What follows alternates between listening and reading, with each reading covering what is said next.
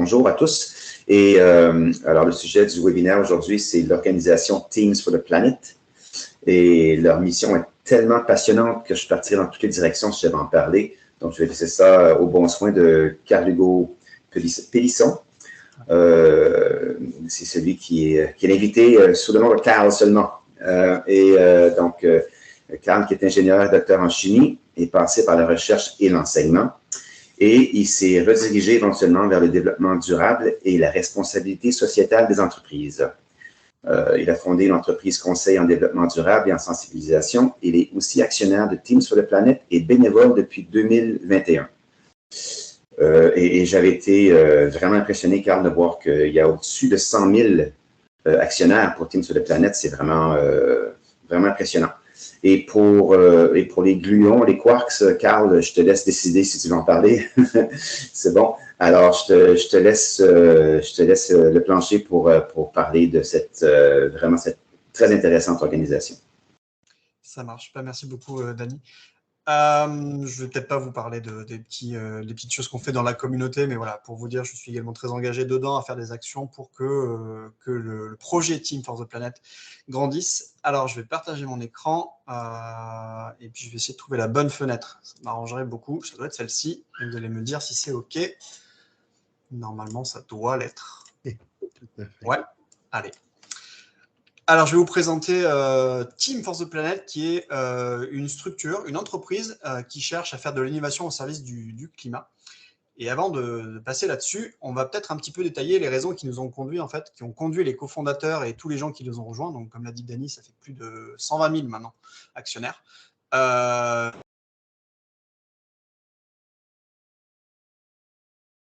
Climatique, mais je vais vous l'épargner.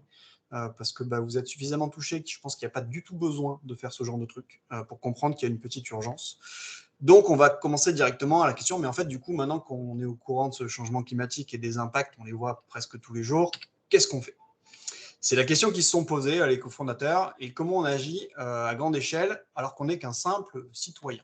Simple avec des grands guillemets, mais quand même. C'est-à-dire qu'on n'est pas des milliardaires ou qu'on n'est pas président de la République ou Premier ministre ou ce qu'on veut. Alors, les premiers trucs qu'on peut faire, évidemment, on peut voter différemment. Il y a une urgence et je ne sais pas comment ça se passe au Canada, mais nous, ici en France, globalement, l'inertie politique, elle est plus qu'importante et on sent que ça traîne un peu beaucoup des pieds. Et donc, on se dit, comment on fait un peu plus que ça? On se dit qu'on commence par nous. Je pense que tout le monde est peut-être passé par ça à un moment donné en se disant, on va faire des petits gestes quotidiens. Ils sont nécessaires, malheureusement pas suffisants. Alors attention, quand même, pour le coup, ils sont nécessaires à hauteur d'un quart, voire la moitié, pour réduire, entre guillemets, l'impact d'un être humain sur la planète. Donc pour le coup, il y a quand même beaucoup de taf à faire personnellement, et c'est déjà les choses qu'on peut faire. Je vous épargne, entre guillemets, toutes les listings qu'on pourrait faire, mais vous imaginez très bien ces petits gestes du quotidien. On peut aller un peu plus loin et il y a des outils qui nous permettent de calculer notre empreinte carbone, donc qui nous permettent de dire comment on peut réduire notre empreinte pour réduire ce dérèglement climatique. Alors, c'est un outil qui est français, pour le coup, qui a été développé il y a très longtemps, presque une vingtaine d'années maintenant, par l'ADEME, qui est l'Agence de développement et de l'environnement, donc quelque chose comme ça. Et l'idée était de pouvoir calculer par personne combien on émet de tonnes de CO2 par an et par personne pour respecter les accords de Paris, donc de la COP 21, les accords étant de rester à 1,5 degré en dessous, rester de préférence en dessous d'1,5 degré par rapport à l'ère pré-industrielle, au pire de 2 degrés, et ça veut dire qu'en 2050, il faut être à 2 tonnes par personne dans le monde entier. C'est-à-dire qu'il y en a qui vont devoir beaucoup réduire, et il y en a qui auront un peu le droit d'augmenter, mais pas beaucoup non plus. Alors, j'ai regardé un petit peu, et malheureusement, au Canada, je n'ai rien trouvé aussi facilement que ce qu'on peut trouver en France. C'est un peu dommage, mais ce n'est pas grave. J'ai également cherché des données. Je pourrais en parler un petit peu sur les données que j'ai trouvées au Canada. Malheureusement, vous ne faites pas partie des bons élèves. La France n'est pas un meilleur élève, pour plus. On a beaucoup d'efforts à faire chacun.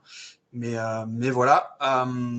Ce que je vais vous dire, moi, c'est plutôt pourquoi j'en suis arrivé à Team for the Planet, parce que j'ai fait ces petits gestes du quotidien et que j'ai fait mon bilan carbone qui me dit que je suis passé de 6,8 à peu près, ce qui n'est pas trop gros pour un Français, à 4 en faisant des efforts, mais qu'on se dit qu'en fait, il reste quand même pas mal de chemin pour arriver en 2050 à 2 tonnes.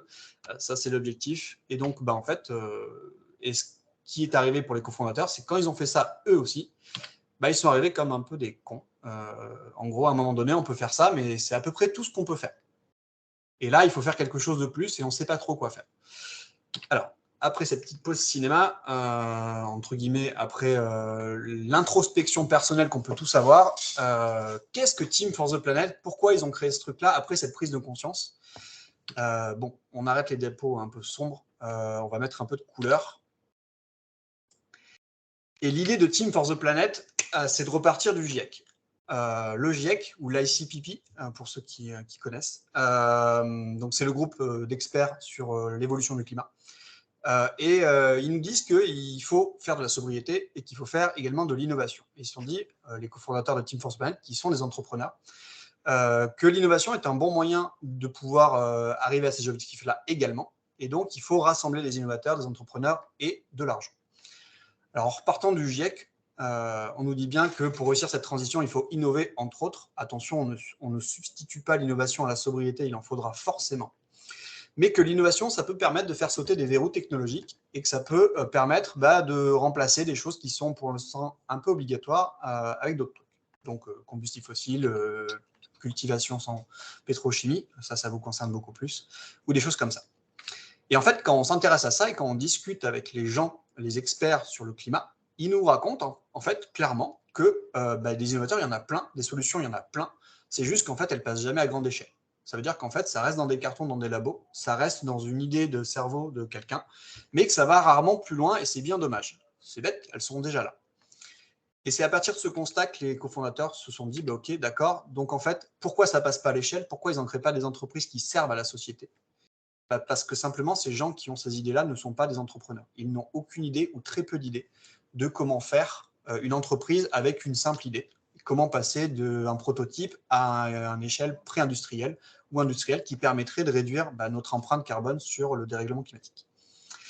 Donc, il faut trouver ces gens qui ont des compétences là. Alors, typiquement, dans Team for the Planet, on a un exemple parmi tant d'autres qui est celui de Léviathan Dynamics dans lequel on a investi, où en fait, ce sont deux ingénieurs qui ont une idée incroyable, plutôt malines, et qui par contre sont des ingénieurs comme moi et qui n'ont aucune compétence sur comment on lance sa propre boîte et comment on la fait développer avec un temps réduit, parce que mine de rien, il y a une certaine urgence climatique. Voilà, ça c'est un des exemples dont je pourrais vous parler un petit peu plus tard. Et donc à partir de là, ils se sont dit, ok, on va faire quelque chose. On va créer Team for the Planet, et le rôle de Team for the Planet, ça va être de rassembler des innovateurs, ceux qui ont les idées, et de rassembler ceux qui ont les compétences pour créer des entreprises, ceux qui ont envie d'apporter un peu plus de sens à leur métier d'entrepreneur avec un impact environnemental bien plus positif, donc lutter contre le dérèglement climatique, et donc de faire ça grâce à l'innovation et l'entrepreneuriat. Donc c'est vraiment le but de Team for the Planet, et que pour, en plus, que ces innovations se déploient, il faut les financer. Quand on n'est pas milliardaire, c'est un peu compliqué, mais on peut faire des choses quand même. Et donc, en fait, on va demander aux gens qui peuvent rejoindre Team for the Planet en tant qu'actionnaire de mettre de l'argent au pot commun pour qu'on puisse faire un match entre les innovations, ceux qui ont les idées et qui permettent de réduire les impacts contre les gaz à effet de serre, de trouver des entrepreneurs chevronnés, ceux qui ont l'expérience de lancer des boîtes pour faire que ces innovations qui sont positives pour le climat puissent se lancer.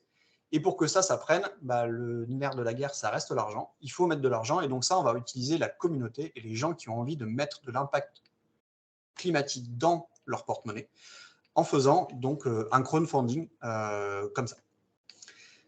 Donc l'idée, c'est de tabasser les gaz à effet de serre en faisant un match entre ces trois choses-là.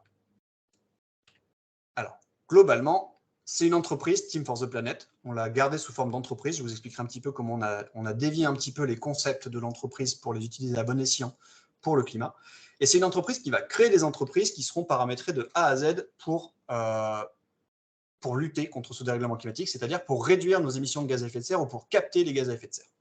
Ça, c'est la mission principale et pas principale, c'est la seule mission de Team for the Planet. On ne se focalise que sur les gaz à effet de serre qui sont un problème majeur. Ça ne veut pas dire qu'il n'y a pas d'autres problèmes dont on ignore, ça veut dire qu'on se focus, on se concentre essentiellement sur ce problème-là en particulier, avec la méthode dont on vient de discuter. L'ambition est énorme, rassembler 1 milliard d'euros, créer 100 entreprises qui vont essayer et qui vont certainement réussir à faire baisser nos émissions de gaz à effet de serre. Alors pour l'instant, on a lancé 5 boîtes sur ces 100, bientôt 6 et probablement 8 qui suivront, puisqu'on a déjà voté pour ça. Et on a levé en moins de 3 ans plus de 22 millions d'euros. avec 120 000 actionnaires, des boîtes, des citoyens, des structures, tous ceux qui ont envie de donner un petit peu de l'impact à leur argent. Et on a basé ça sur un nouveau modèle d'entreprise avec un indicateur de performance environnementale. Et oui, les gens qui nous donnent un petit peu d'argent pour qu'on crée ces boîtes-là, il faut leur donner un retour, une indication de à quoi ça a servi. Et donc, on va le baser sur des tonnes de CO2 captées ou réduites. Et il faut qu'on se base ça sur une coopération à très grande échelle. Alors, ça fait intervenir beaucoup de choses. Et pour le coup, ce qu'il va falloir faire, c'est rassembler des innovateurs et des entrepreneurs. Mais ça ne suffira pas. Il nous faut un impact gigantesque et donc il faut qu'on utilise un maximum de leviers pour faire ce genre de choses. Alors, Team for the Planet utilise 4 leviers. Ces 4 leviers vont servir qu'à une chose, tabasser les gaz à effet de serre et le plus rapidement possible. Donc, on a dit qu'il fallait créer 100 entreprises et réussir à chaque fois. C'est impossible quand on crée 100 entreprises, mais on peut le faire. On peut le faire quand même avec ce qu'on appelle notre ingrédient magique qui est de l'open source. Alors attention, il y a des petites subtilités. L'open source, c'est de la vulgarisation. L'open source, pour nous, ça s'appelle le partage. Le partage de propriété intellectuelle. Ça veut dire qu'on met à disposition des entreprises qui souhaitent copier une de nos entreprises gratuitement tous les brevets et les modèles économiques qui vont être associés à cette entreprise-là. Ça ne veut pas dire open bar non plus, l'open source, ça veut dire que vous avez un droit et des devoirs. Donc en fait, on utilise une licence libre, un petit peu comme le concept de licence de McDonald's ou d'autres choses comme ça. Les gens peuvent venir nous voir et nous dire « je veux créer la même boîte que ce que vous avez financé ». On va leur laisser la licence libre et ils pourront créer leur entreprise. C'est un intérêt majeur, c'est-à-dire que le temps que notre boîte se transforme en France, grandisse, trouve des clients et se développe, ça va mettre déjà une petite dizaine d'années. En entrepreneuriat, c'est à peu près comme ça que ça fonctionne. Sauf qu'en fait, on n'a pas une petite dizaine d'années. C'est-à-dire que si on a quelque chose, on a une très bonne idée et qu'on peut la développer le plus rapidement possible, si quelqu'un du Canada vient pour nous dire moi, je trouve votre idée géniale et je vais créer la boîte là-bas aussi, ben on lui dira oui, vas-y, fonce, parce que de toute façon, le temps qu'on arrive sur ton marché à toi, le temps qu'on arrive sur ton continent, le temps qu'on s'adapte également à toutes les réglementations et toutes les choses que toi tu connais, mais que nous, on ne connaît pas le jour où on va débarquer au Canada, bah, ça va nous faire perdre un temps monstrueux, alors qu'en fait, vas-y, fonce, parce qu'il faut qu'on soit non pas dans de la compétition, mais de la coopération ou de la compétition. C'est-à-dire qu'il faut qu'on s'entraide et qu'on aille tous dans le même sens pour réduire les gaz à effet de serre. Alors, je vous ai dit licence libre, c'est quoi? C'est-à-dire qu'en fait, les licences libres permettent de protéger tous les brevets et la propriété intellectuelle qui est dessous, et que les gens qui voudront utiliser vont devoir signer un contrat de licence gratuite qui permettra de copier tout ça. L'idée étant de démultiplier l'impact le plus rapidement possible et d'éviter d'avoir à créer une entreprise mondiale sous 20 ou 30 ans, alors qu'en fait, on n'a pas 20 ou 30 ans. On peut créer plein de petites entreprises à gauche et à droite avec des entrepreneurs au Brésil, en Afrique du Sud ou au Japon, enfin ce que vous voulez. C'est un peu l'idée. Je préciserai si c'est peut-être pas très clair parce que là, c'est un gros morceau. L'autre levier, c'est le rapport qu'on a avec l'argent. En fait, Team for the Planet, une entreprise commerciale à but non lucratif. Normalement, à partir de là, beaucoup de monde sourcille un petit peu là-dessus. Comment on peut être une entreprise commerciale à but non lucratif? Il faut savoir déjà qu'en France, légalement, ce n'était pas réellement possible. Une entreprise, dans la loi, doit, surtout si elle fonctionne par actionnariat, et c'est ce qu'on fait, reverser des dividendes financiers dès qu'on fait de l'argent à tous les gens qui ont investi chez elle. Il s'avère que Team for the Planet a trouvé un petit hack, un petit piratage du système. En fait, on peut conditionner les retours financiers à des investisseurs à ce qu'on veut en France. Et donc, Team for the Planet a conditionné un retour d'argent aux gens qui donneraient de l'argent à Team for the Planet sous la condition qu'on reviendrait à des températures de l'ère pré-industrielle. Ça veut dire qu'en fait, on ne donnera d'argent aux gens qui sont venus participer au pot commun que si on revient à des températures de 1850, ce qui n'arrivera jamais. En gros, c'est à peu près ce qu'on raconte. On est clair là-dessus. Et c'est en ça qu'on est une entreprise à but non lucratif. C'est-à-dire que si vous participez à Team for the Planet, vous ne reverrez pas votre investissement sous forme d'argent. Vous reverrez par contre un investissement sous forme de dividendes climat dont je vais vous raconter un petit peu l'histoire après. Du coup, quel est le modèle de Team for the Planet? L'idée, c'est que les gens qui sont convaincus que leur argent peut avoir un impact positif sur ce climat vont mettre de l'argent dans le pot commun, qui est Team for the Planet, et Team for the Planet va créer ces entreprises-là. Et ces entreprises-là vont vivre. Ces entreprises-là vont vivre avec des salariés, des patrons, vont faire un chiffre d'affaires, et en fonction de leurs bénéfices, elles vont générer de l'argent qu'elles vont rendre à leurs actionnaires. Donc, qu'elles vont rendre en partie à Team for the Planet. En théorie, il faudrait que Team for the Planet rende cet argent au prorata à leurs actionnaires, sauf qu'on l'a conditionné à un truc qui est quasi impossible. Et donc, on va pouvoir réinvestir l'argent de Team for the Planet directement dans des entreprises de seconde génération, puis de troisième génération. En gros, on a fait une boucle alimentée par la première flèche, mais qui ne remontera jamais à la première flèche. C'est un petit peu comme ça qu'il faut le voir. Qu'est-ce qu'on rend du coup à nos actionnaires, à Team for the Planet? On rend un dividende climat, ce qui n'est pas un retour sur investissement, mais un retour sur la planète. C'est-à-dire qu'en fait, on va leur rendre une information. C'est une indication extra-financière pour ceux qui sont un peu connaisseurs des sujets-là, et qui est une sorte de rémunération. C'est-à-dire qu'en fait, on va rendre le nombre de tonnes de carbone CO2 non émis ou captés par euro investi. C'est une information. Ce n'est pas une valeur qu'on peut vendre à d'autres personnes. C'est simplement qu'on est capable de dire à chaque année, à chaque actionnaire, grâce à aller aux 100 euros, aux 1000 euros ou aux 2 euros que vous avez mis au tout départ, cette année, vous avez permis d'économiser par les investissements de Team for the Planet dans ces entreprises qui font du bien pour la planète, pour les gaz à effet de serre. Ça permet de vous dire que vous avez économisé sur la société et le monde complet tant de tonnes de CO2. Ça, vous ne pouvez pas vous dire que c'est les vôtres, mais vous pouvez dire que vous y avez contribué. Et ça, c'est l'intérêt principal et la philosophie qui est derrière Team for the Planet. Alors, ce truc-là a été créé en collaboration avec plein de monde. C'est une indication financière qui a vocation à être utilisée par tout le monde. L'idée, c'est pas de faire de greenwashing, c'est pas non plus de compenser. Ce n'est pas de la compensation, c'est que de l'information. Et en fait, Team for the Planet a travaillé avec les acteurs comme l'ADEME au gouvernement, Carbon 4 qui a créé les bilans carbone, l'ONU Climat également, Gold Standard et tout autre dispositif qui travaille sur les émissions de gaz à effet de serre pour pouvoir flécher les investissements financiers vers des solutions qui sont bénéfiques pour le climat et qui sont capables de réduire les gaz à effet de serre.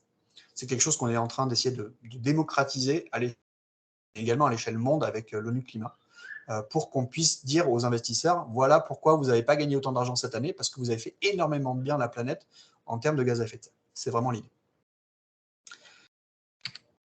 Le troisième levier, c'est d'être un mouvement mondial. C'est-à-dire qu'on ne va pas être que français, ça n'a aucun sens d'être français quand on est dans un monde où les 3/4 des forêts brûlent, pour le coup. Donc, l'idée, c'est d'être mondial et de vouloir faire de l'action. Donc, en fait, moi, comme d'autres, on a rejoint la communauté de Team for the Planet pour essayer de faire grandir le mouvement et faire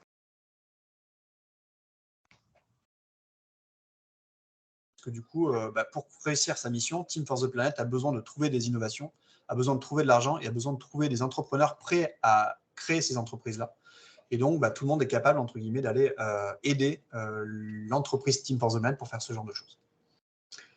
Le dernier gros levier, et vous le comprendrez probablement tous, c'est qu'on parle quand même d'investissement avec aucun retour financier et avec beaucoup de confiance. Donc, il faut être le plus transparent possible. L'ensemble des associés a évidemment accès à l'ensemble des informations de l'entreprise, c'est-à-dire les comptes de la société, les rémunérations des dirigeants qui sont capées à un maximum 4 SMIC, ce qui n'est pas grand-chose pour des gens qui balancent 70 heures de leur semaine à travailler sur le projet et qui n'ont pas été payés depuis 3 ans à peu près. Enfin, ils sont payés depuis l'année dernière, mais ils se rémunèrent à peine depuis quelques temps. On a également une transparence sur les frais de fonctionnement, c'est-à-dire qu'en fait, contrairement à d'autres ONG ou associations, on est capé à 10 ou 15% de notre levée de fonds pour payer le frais de fonctionnement de l'entreprise. Les autres ONG et autres associations sont plutôt vers du 30 à 40% pour certaines. Donc, pour le coup, voilà. Et vous avez un comité de surveillance qui est constitué des grands actionnaires qui vérifient toutes les décisions qui sont prises par le groupe pour être sûr et pour vérifier que tout se passe dans l'esprit et la vision de Team for the Planet depuis le départ. Donc voilà, il y a plein de choses. Il faut être le maximum transparent pour convaincre les gens. Donc vous trouverez de toute façon sur le site internet absolument quasiment toutes les informations que vous aurez besoin, si ce n'est l'accès au compte de la société qui est réservé pour les associés pour le coup. Mais voilà, c'est des choses qui sont très très cadrées et on travaille également avec l'AMF qui est l'Agence mondiale de la finance et qui, pareil, quand on fait des levées de fonds à 8 millions, nous demande énormément de documents et de justifications. Bref, il faut être le plus transparent possible pour que tout le monde puisse nous rejoindre. C'est vraiment là-dessus qu'on se base. Voilà un petit peu quel est l'esprit et la vision du mouvement. Maintenant, je vous ai dit qu'il fallait qu'on trouve des innovations à impact. Comment on sélectionne, comment Team for the Planet sélectionne des innovations à impact? On repart du principe de quelles sont les GES, les émissions de gaz à effet de serre mondiales. Et quand on regarde la répartition, on trouve à peu près 5 gros secteurs. La production d'énergie, l'industrie, le transport, l'agriculture, le bâtiment. ce que nous on appelle le bâti. Donc voilà. Et on se dit, il faut qu'on arrive à trouver des innovations qui vont permettre de réduire ces gaz à effet de serre sur ces gros secteurs. Du coup, on va trouver 4 axes d'action sur ces 5 secteurs. L'idée étant de trouver des entreprises qui vont permettre de ne faire aucune émission sur ces secteurs, donc le zéro émission, de faire de la sobriété, c'est-à-dire que faire un petit peu moins d'énergie ou plus d'efficacité. Ça, c'est pour le 3e axe. Et puis, on peut également envisager la captation, puisque la captation n'est pas une solution, mais fait partie de la solution, puisque le GIEC nous le dit bien, il faudra quand même récupérer une partie des centaines de ppm qu'on a envoyé dans l'atmosphère à un moment donné pour qu'on puisse revenir à des températures à peu près supportables à la fin du siècle. Donc, ce sont les 4 axes d'action qu'on va chercher à avoir sur les 5 secteurs que sont le bâtiment, l'agriculture, le transport, l'industrie et l'énergie. Ça nous donne une petite matrice dans laquelle on va essayer de cocher des cases en trouvant des innovations qui sont prêtes à être lancées en tant qu'entreprise pour faire ce genre de choses. Donc, si on regarde avec un petit focus pour vous sur l'agriculture, cultiver sans pétrochimie permettrait de répondre à l'axe aucune émission aucune entre guillemets supplémentaire sur l'agriculture. L'efficacité énergétique correspondrait plutôt à la régénération des terres agricoles, la sobriété sur une alimentation saine et peu émettrice, et puis la captation sur d'autres choses. Typiquement, je pourrais vous parler de Carbon Time sur tout ce qui est terres volcaniques qui permettent de capter du CO2 et qui peuvent être même carrément utilisés pour faire de la culture et de la captation en même temps. Donc voilà. Ces innovations pour Team for the Planet, on fait très attention à expliquer aux gens que Team for the Planet n'est pas une entreprise qui pense que la technologie va nous sauver. Ce n'est pas le cas. Ce qu'on cherche, nous, c'est des innovations qui sont high-tech, low-tech ou no-tech. L'innovation ne veut pas dire technologie, mais l'innovation veut dire une idée qui est meilleure que les autres, qui marche mieux. Et donc, on prendra des techniques, des technologies qui peuvent être no-tech ou low-tech, tant que la mesure d'impact est réalisable. Il faut qu'on puisse être capable de dire que l'entreprise a économisé ou capté tant de tonnes de CO2 dans l'année pour pouvoir dire à nos actionnaires, grâce à votre investissement, vous avez économisé ou capté tant de tonnes de CO2. Voilà. Si c'est de l'impact indirect comme de l'éducation qui est absolument nécessaire, ou de la sensibilisation qui est absolument nécessaire, ce n'est pas de l'impact qui est mesurable directement, donc on ne pourra pas forcément trop se positionner dessus. Ça ne veut pas dire qu'on ne va pas soutenir, mais on ne pourra pas se positionner dessus. Ça, c'est une réalité. Et pour trouver ces innovations, on a un processus. Ce processus que tout le monde peut rejoindre pour aider commence par les évaluateurs. On a une communauté de 8000 personnes bénévoles qui sont des citoyens et qui ont envie de donner un petit peu de leur temps pour évaluer des innovations qu'on reçoit chaque trimestre avec des critères, donc je vais vous détailler un petit peu après. L'idée étant de trouver un système de notes qui permet de voir les meilleures innovations, celles qui sont le plus plébiscitées par la communauté de ces milliers de citoyens, pour pouvoir se positionner dessus et vérifier qu'il y a moyen de faire une vraie entreprise avec qui va avoir un bon impact. En gros, Team for the Planet récupère entre 50 et 70, 80 innovations tous les 3 mois qu'il faut évaluer. Les experts qu'on a à disposition n'ont pas le temps nécessaire, ils ont un vrai boulot à côté pour faire ces 80-là, donc on utilise la communauté avec l'intelligence collective pour faire du filtre, entre guillemets, pour trouver les 10, 5 meilleurs dans ce lot-là. Et comment on fait ? Avec l'intelligence collective, on va pouvoir, avec une grille d'évaluation, essayer de trouver quelles sont les meilleures moyennes de notes sur ces innovations-là. Pour vous faire un petit exemple d'intelligence collective, si vous prenez un verre et que vous le remplissez avec des grains de riz, si vous demandez à 100 ou 500 personnes d'évaluer le nombre de grains de riz qu'il y a dans le verre, ils vont tous se planter. Ça, c'est une réalité. Maintenant, si vous prenez la moyenne de ces 100 ou 500 personnes, elle va être très très proche du résultat final et de la réalité. Donc en fait, on utilise ce même type de concept en disant l'intelligence de chacun va permettre de donner une appréciation à cette innovation-là et la moyenne devrait être assez proche de ce qu'on en attend en réalité. Et c'est effectivement ce qui se passe, puisque parmi les 5 meilleurs à la fin de ce processus d'évaluateur, on envoie les 5 meilleurs au comité scientifique, qui sont 14 experts scientifiques renommés et complémentaires. Donc il y a des gens de l'INRAE, pour ceux qui connaissent en France, qui est l'Institut de recherche nationale sur l'agriculture et ce qui va avec. On a le CEA sur tout ce qui est énergie, Négawatt sur ce qui est production d'électricité, CNRS Innovation. On a des gens qui nous donnent du temps, qui sont des experts et qui nous donnent du temps pour faire le peigne fin, entre guillemets, de ces innovations-là, pour vérifier que tout fonctionne bien, qu'il n'y a pas de choses qui sont incohérentes et qu'il y a vraiment une technologie derrière qui est fiable et qui peut aller plus loin. Si jamais ces experts ne sont pas de toute façon compétents sur ces technologies-là, ils ont un réseau d'experts qui est également à notre disposition. Donc en fait, on a beaucoup plus que 14 experts scientifiques, on en a plein qui sont prêts à nous donner un petit peu de temps pour vérifier que ce qui est montré dans l'innovation est valable. Et ça nous permet également de sortir les 3-4 meilleurs de tout ça et de les passer vers une étape 3 qui est le modèle économique. Vous imaginez bien que si on investit dans une entreprise et qu'on crée une entreprise, il faut qu'elle soit viable économiquement, qu'elle soit capable d'avoir des clients, qu'elle soit capable de payer des fournisseurs, qu'elle soit capable de payer ses collaborateurs et ses salariés pour pouvoir se développer. Si en fait on a une idée magistrale pour réduire les gaz à effet de serre, mais que personne n'en veut, malheureusement, économiquement, elle ne sera pas viable et donc en fait l'entreprise ne fonctionnera pas. Donc, il faut quand même qu'on s'assure qu'il y ait un marché économique qui soit potable, qui soit viable pour qu'on puisse investir dedans et créer cette entreprise-là, qu'en plus, elle donne envie d'être copiée. Parce que si votre entreprise, au départ, fonctionne très bien et il y a beaucoup de clients, peut-être que quelqu'un dans un autre continent ou dans un autre pays se dira « j'ai envie de faire la même parce que là, clairement, il y a une bonne idée et en plus, vous vous développez très bien ». Donc, il faut donner envie également aux gens d'être copiés et d'avoir le maximum d'impact. Donc ça, c'est un point important. Et on arrive à l'étape démocratique de Team for the Planet, qui est une entreprise très démocratique pour le coup, puisque l'ensemble des associés, à savoir 120 000 personnes actuellement, vont voter en assemblée générale pour est-ce que je suis d'accord pour investir dans telle ou telle innovation. Donc voilà comment on fait. Un vote par actionnariat, je ne sais pas si vous savez comment ça fonctionne exactement, mais généralement, c'est au nombre d'actions que vous possédez. Si vous avez 100 actions, vous possédez 100 voix.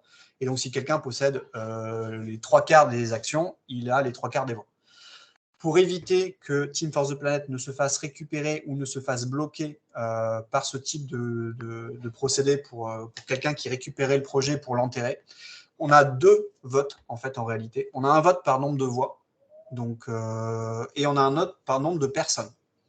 Il faut savoir que du coup, avec 120 000 personnes, si 3 ou 4 personnes s'associent ensemble pour récupérer 50% des voix d'action, mais qu'en fait, il y a un deuxième vote avec 100 000 personnes qui ne comprennent pas pourquoi la décision a été négative, les 120 000 personnes ne vont pas être très contentes de comprendre qu'en fait, il y en a 3 qui ont bloqué le système et qu'elles vont leur tomber dessus. Donc, en fait, on s'assure qu'il y ait 2 votes, un vote par action, qui est le vote légal, et un vote par nombre de personnes possédant des actions, qui est un vote démocratique beaucoup plus puissant et beaucoup plus solide, pour le coup.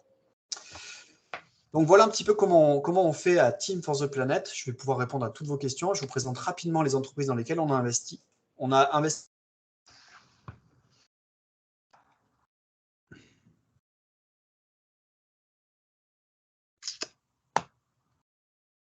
précipiter le CO2, c'est un procédé naturel, mais en fait, on peut l'accélérer en faisant du broyage de cette olivine, qui est une roche volcanique, pour pouvoir stocker 1 tonne de CO2 par 50 kg de sable d'olivine.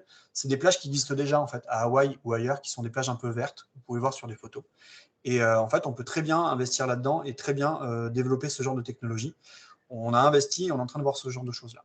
Pour information, pour des gens qui font de l'agro, les roches volcaniques dispersées sur les champs de culture captent également le CO2 à cet endroit-là et auraient a priori des effets un peu plus bénéfiques sur les cultures également.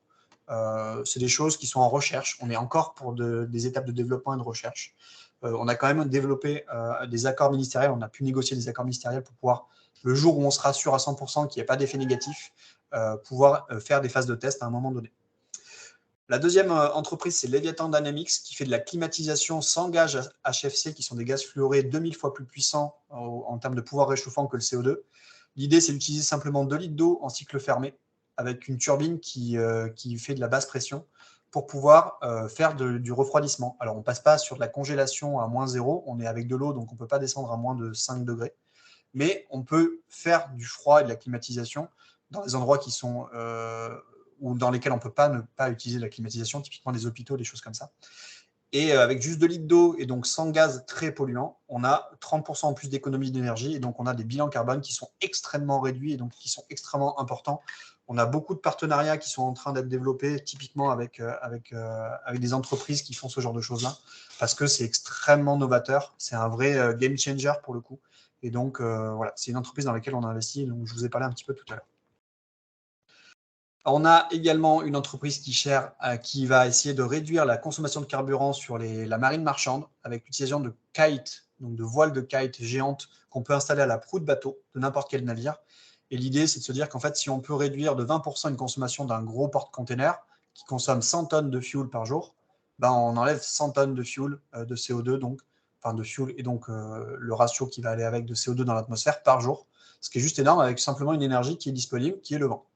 Donc, on est en phase de test. On a un navire témoin qui a été lancé. On a beaucoup d'intérêt sur les ports maritimes et la marine marchande, parce qu'il faut savoir que la marine marchande, c'est si on considérait que c'était un pays, ça serait le 6e pollueur mondial en termes de gaz à effet de serre. C'est juste énorme. Donc voilà. 4e innovation, c'est Coolroof France, qui fait de la peinture blanche extrêmement durable et surtout extrêmement réfléchissante, qui permet du coup d'utiliser l'effet albédo. L'albédo, c'est la réflexion de la lumière et donc le fait qu'on est moins chaud quand on est habillé en blanc. Sur les toits des industries ou des centres commerciaux.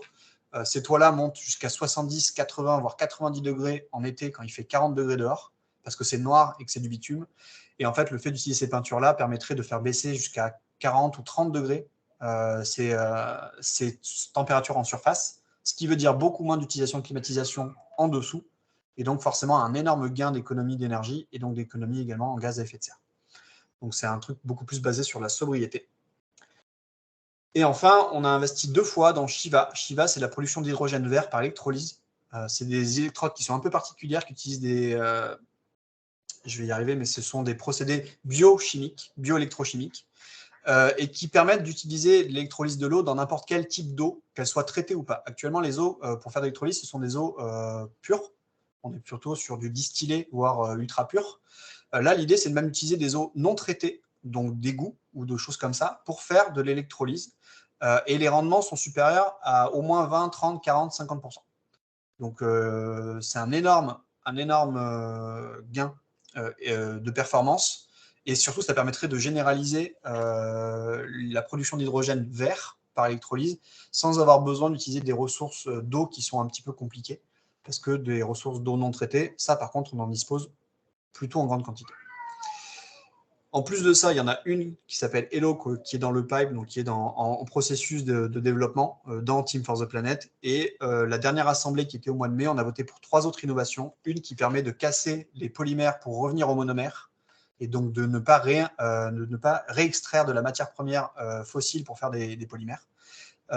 Une autre j'ai un trou de mémoire, je suis désolé, mais je ne me rappelle plus exactement les 3 autres. Mais voilà, l'idée, c'est qu'on investit chaque fois, ou on vote en tout cas pour ces investissements-là. Quand on vote pour un investissement, ça ne veut pas dire qu'on va aller à chaque fois jusqu'au bout, parce que peut-être que finalement, on va se rendre compte que l'équipe, elle n'est pas assez solide pour qu'on puisse faire l'investissement. Mais en tout cas, on essaye tous les 3-4 mois de voter pour 1, 2 ou 3 innovations pour essayer d'investir là-dedans. Donc, je pense que j'ai fait à peu près le tour. Il est 45. Je finis par dire que la Terre est à tout le monde et Team for the Planet aussi. C'est un mouvement citoyen hors norme, puisqu'on est quand même 120 000 actionnaires. C'est juste énorme. Vous trouverez la map de tous les actionnaires et il y en a vraiment partout dans le monde. Plutôt francophone, mais pas que, pour le coup. On a une vision apolitique. On s'en fout de qui fait la politique. Tout ce qu'on veut, c'est faire de l'impact. Donc voilà. On s'en fout également de qui c'est qui va nous rejoindre. Peu importe les investisseurs, si certaines compagnies pétrolières vont mettre 3 ou 4 millions sur la table, on les prendra, on s'en fout.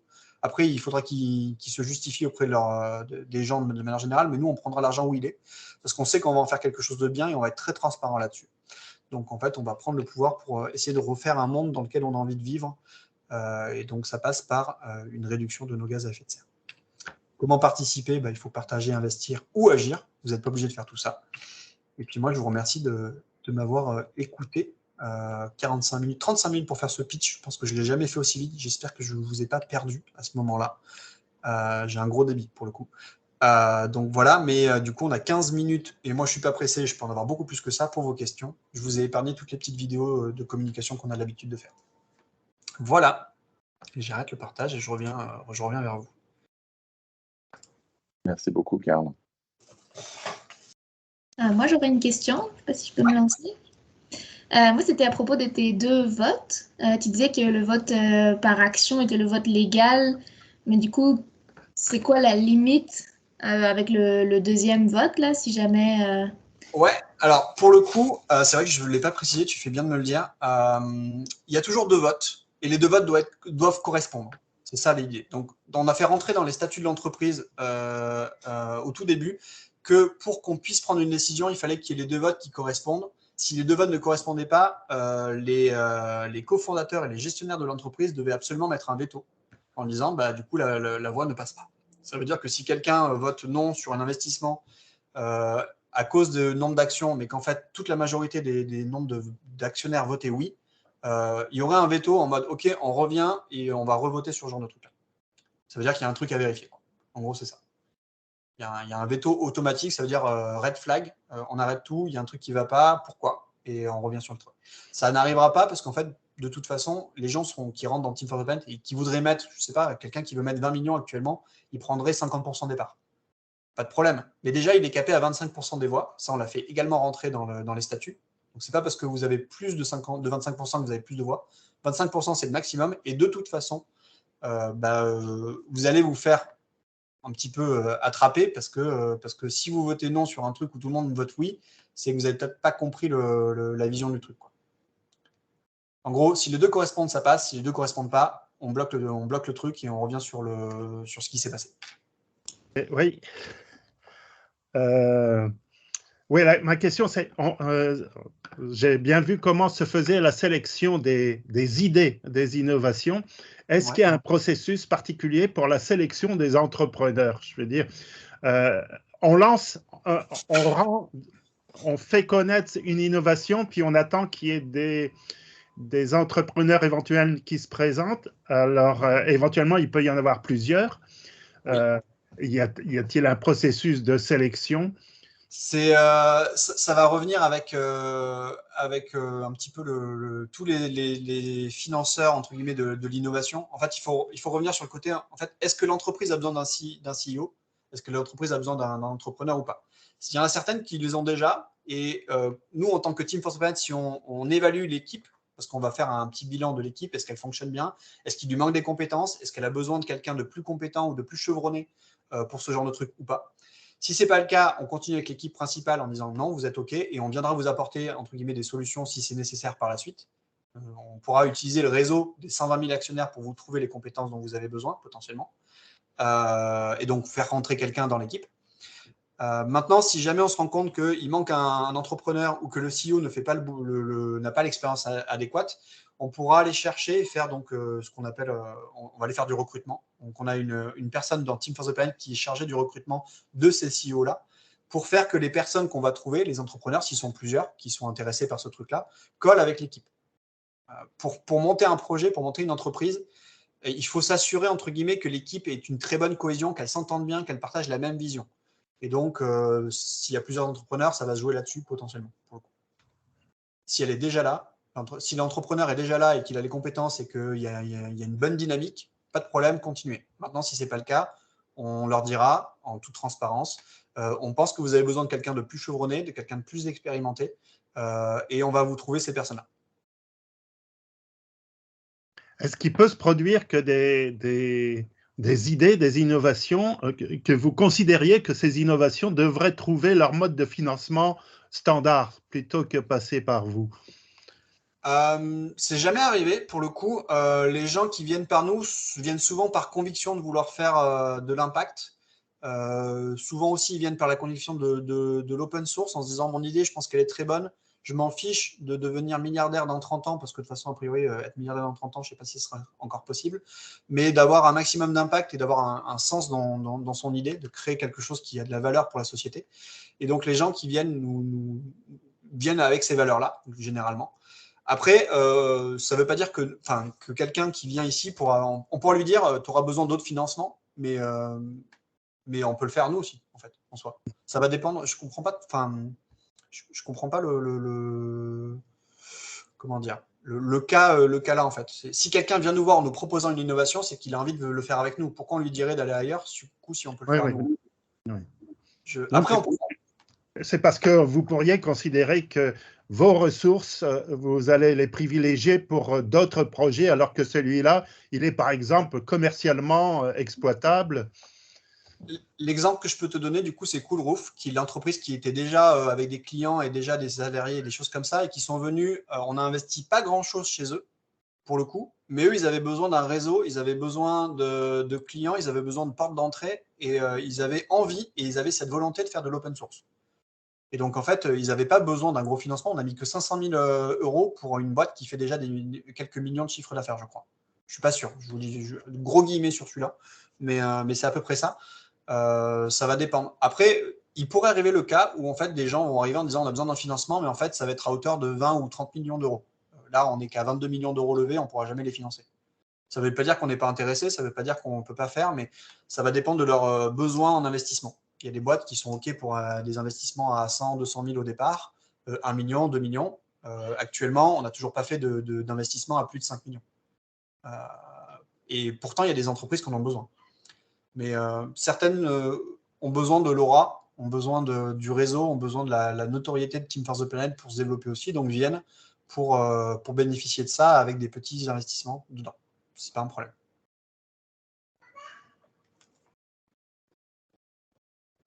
Peut-être deux questions de mon côté. Première question sur l'open source. Est-ce qu'il y a déjà des cas où certaines des entreprises, dans les exemples que tu as donnés, ont eu des jeunes pousses à l'extérieur de la France? Et puis la deuxième question, je la pose directement. Au niveau des dividendes climat, je ne suis pas sûr d'avoir compris exactement comment ils étaient. Est-ce que c'est la méthodologie, est-ce que tu l'as présenté ou j'ai manqué complètement un morceau?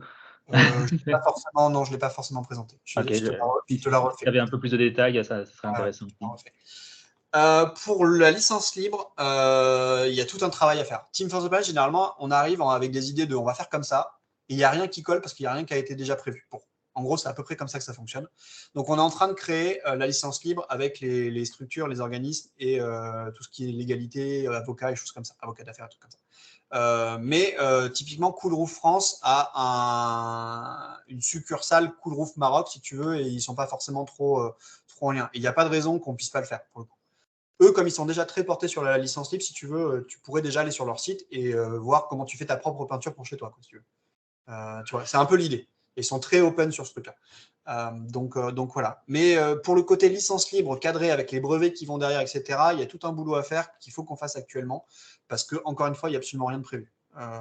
Je t'ai parlé tout à l'heure de Shiva qui fait des électrodes pour l'hydrogénation, pour l'électrolyse. Il fallait savoir qu'en Europe, il n'y avait aucun organisme qui certifiait l'efficacité d'une électrode pour l'électrolyse.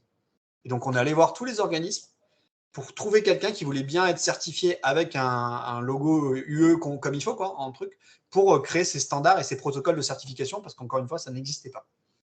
Donc souvent, on a plein d'idées et souvent, on a plein de murs en face de nous parce qu'on colle à aucune case et que les mecs qui disent, mais en fait, non, mais ça marche pas, quoi. Mais en fait, si, on va le faire marcher. C'est un peu compliqué, mais ça va marcher, quoi. C'est un peu l'idée. Pour les dividendes climat, pour rappel, c'est une information qu'on redonne aux actionnaires. Ce n'est pas un truc qui est vendable, ce n'est pas de l'argent, ce n'est même pas un truc qu'on peut soustraire à son propre bilan carbone. Ce n'est vraiment qu'une information du bienfait qu'est son investissement sur le climat.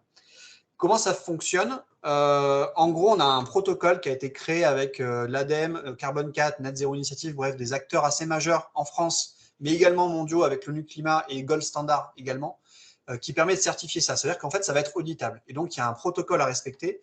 Globalement, soit c'est de la capture, et là, c'est globalement facile de pouvoir être mesuré combien de CO2 tu as capturé.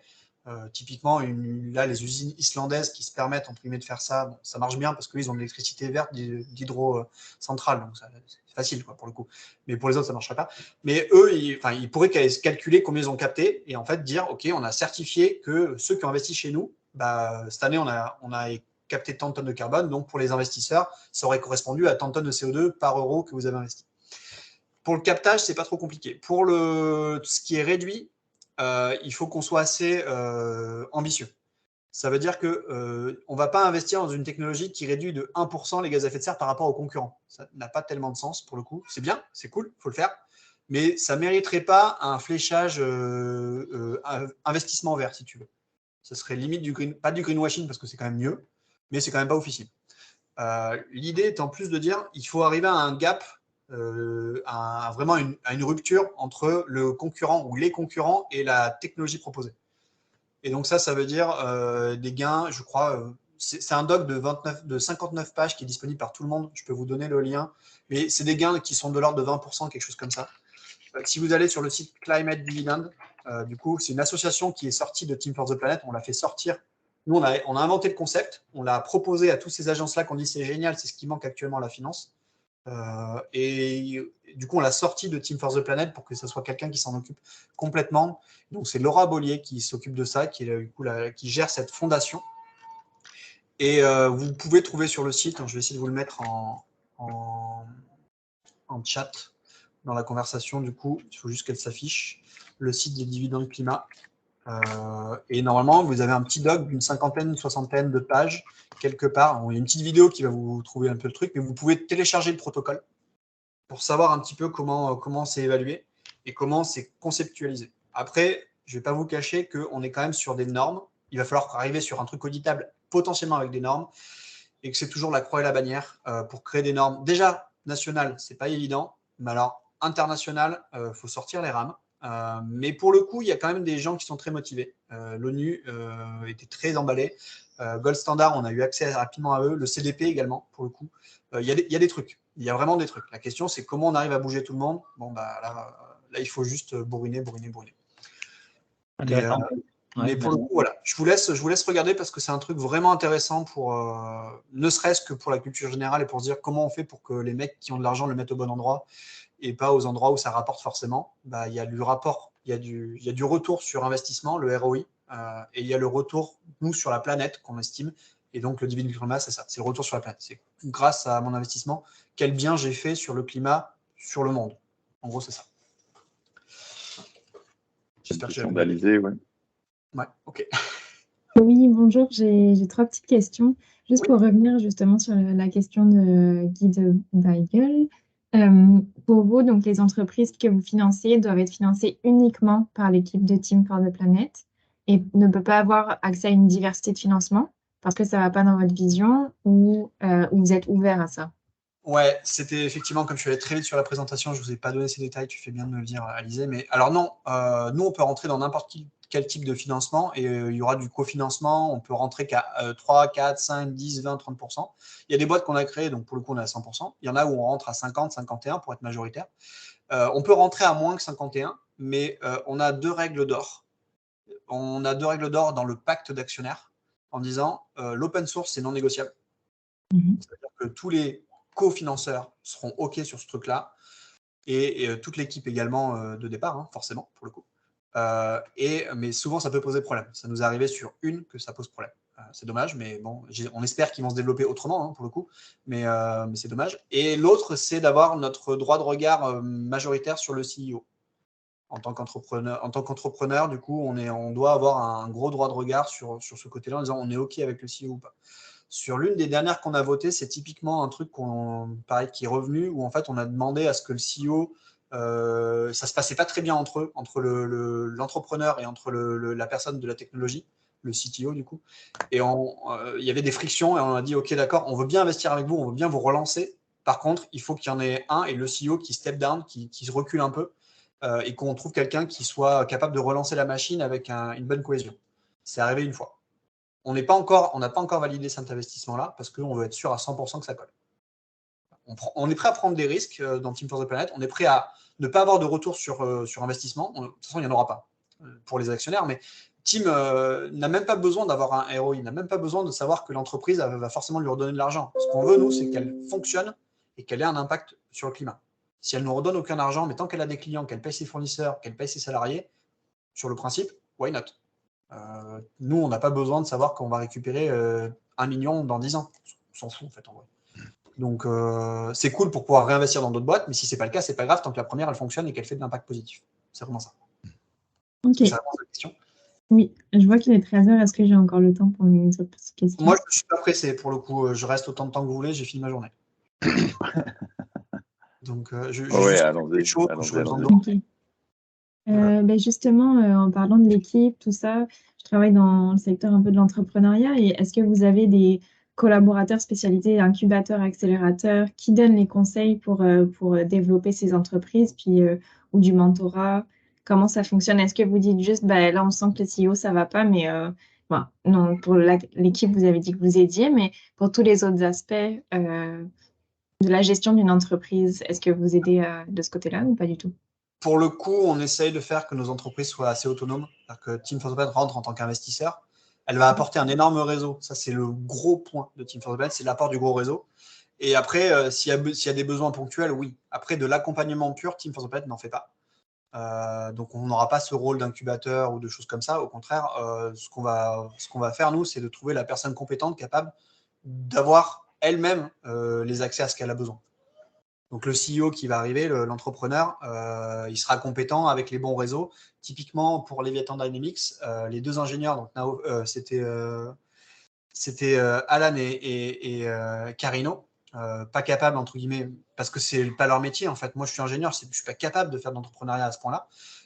On leur a trouvé, ils étaient en phase prototype, on leur a trouvé un CEO qui venait de l'industrie plasturgique, mais avec un énorme réseau et une énorme compétence pour lancer une boîte et avec une vraie vision de comment faire. Et en fait, ils sont autonomes. De temps en temps, ils reviennent vers nous.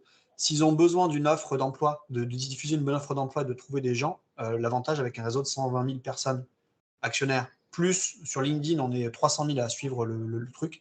On a un reach, on a un impact et une communication qui est monstrueuse et qui permet de trouver très vite des personnes comme ça. On l'a déjà fait sur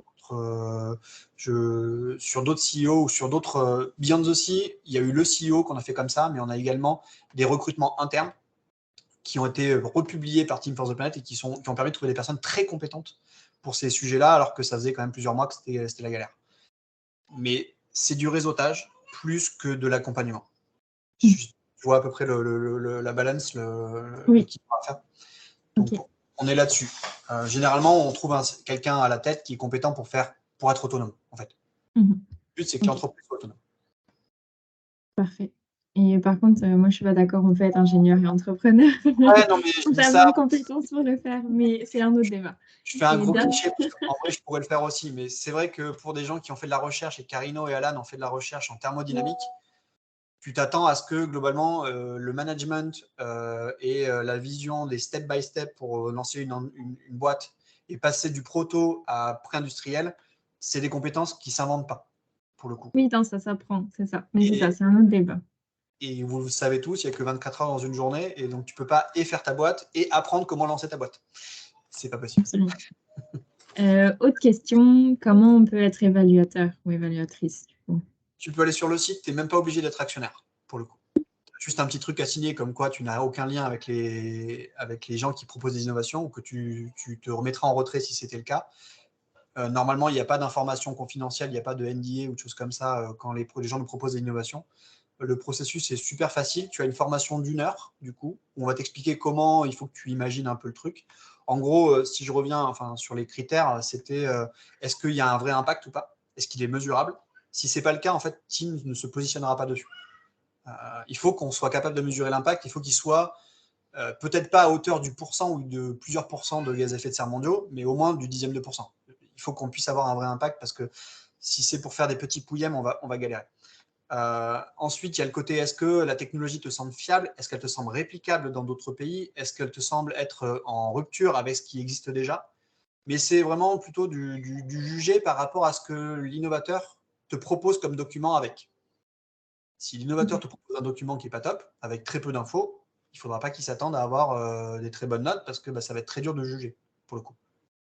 Donc voilà, mais c'est un processus que tu peux faire sur le site teamplanet.com.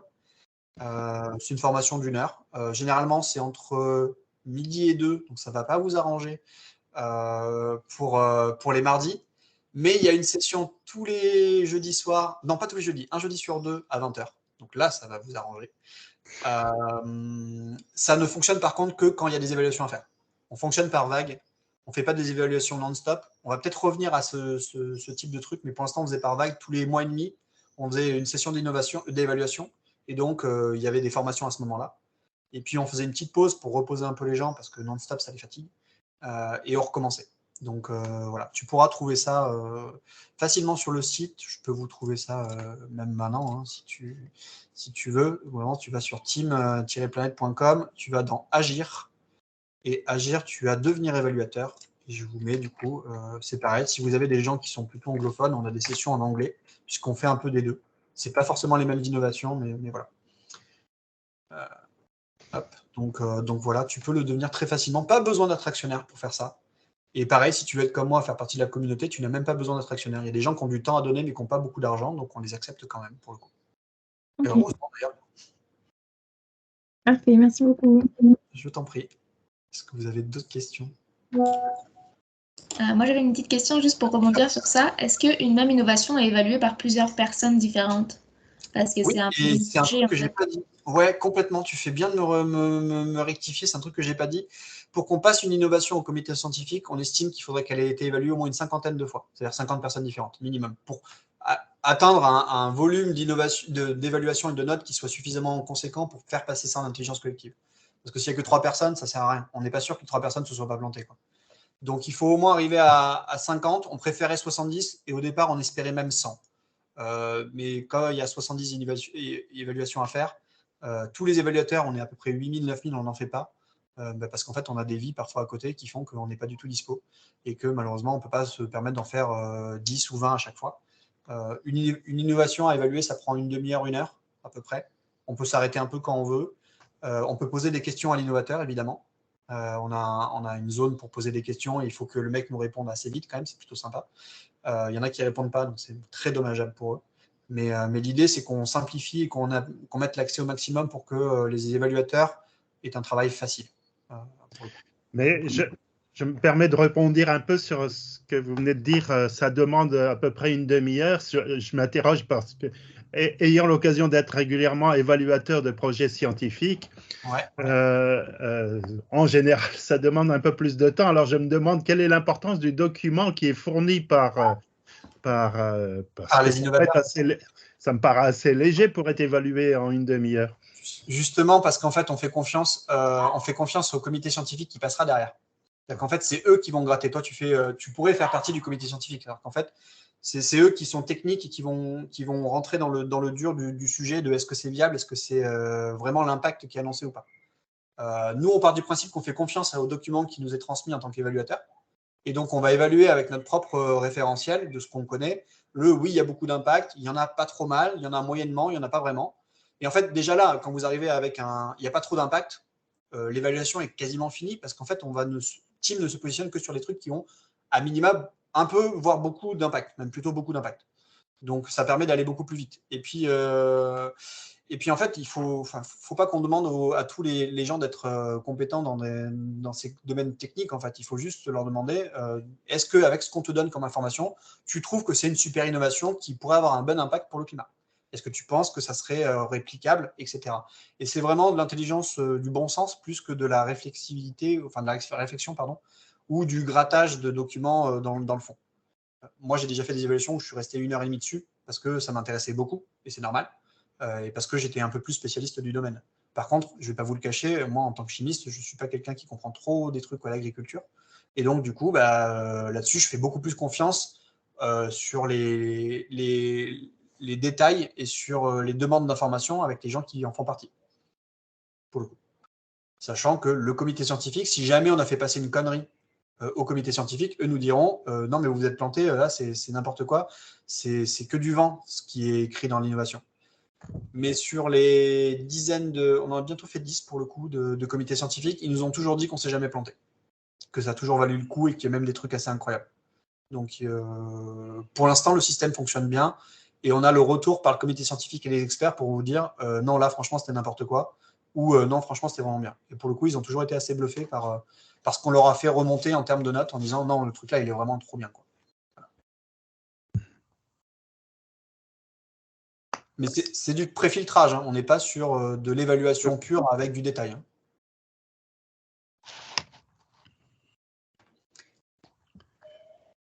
Hein. Merci à tous ceux qui doivent partir.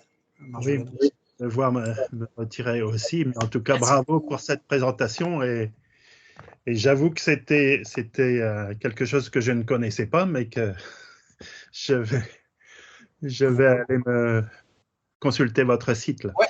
Très bien, allez-y. Je vous ai pas dit, mais on pouvait devenir actionnaire à partir de 1 euro, ce qui est relativement ridicule pour nous, parce que je pense qu'on fait tous à peu près partie des mêmes catégories socio-professionnelles. Mais ça permet de mettre le pied et de voir un petit peu ce qui est fait. Vous aurez accès à la totalité des documents, là où vous avez pour l'instant, en tant que non-actionnaire, accès qu'à 99% des documents, parce que de toute façon, on est ultra transparent. Mais voilà, n'hésitez pas à trifouiller sur le site internet, il y a vraiment absolument tout. Et si vous avez des questions, il suffit simplement de revenir vers moi, pour le coup. Si moi, je n'ai pas la réponse, parce que je ne suis pas cofondateur, moi, j'ai accès au cofondateur et je pourrais très bien. Même chose, si vous avez besoin de réponses très précises tous les jeudis midi, alors pour vous, ça ne marchera pas, si au petit-déj, quoi. Vous pouvez poser sur LinkedIn des questions à l'équipe de Team for the Planet, ceux qui sont permanents, pour gratter un peu plus sur les fonds où je n'aurais pas pu répondre à vos questions. N'hésitez pas en tout cas. Parfait, bravo. Au revoir. Merci. Merci, Carl. Merci beaucoup, bonne journée. D'accord. Bonne journée. Merci, au revoir.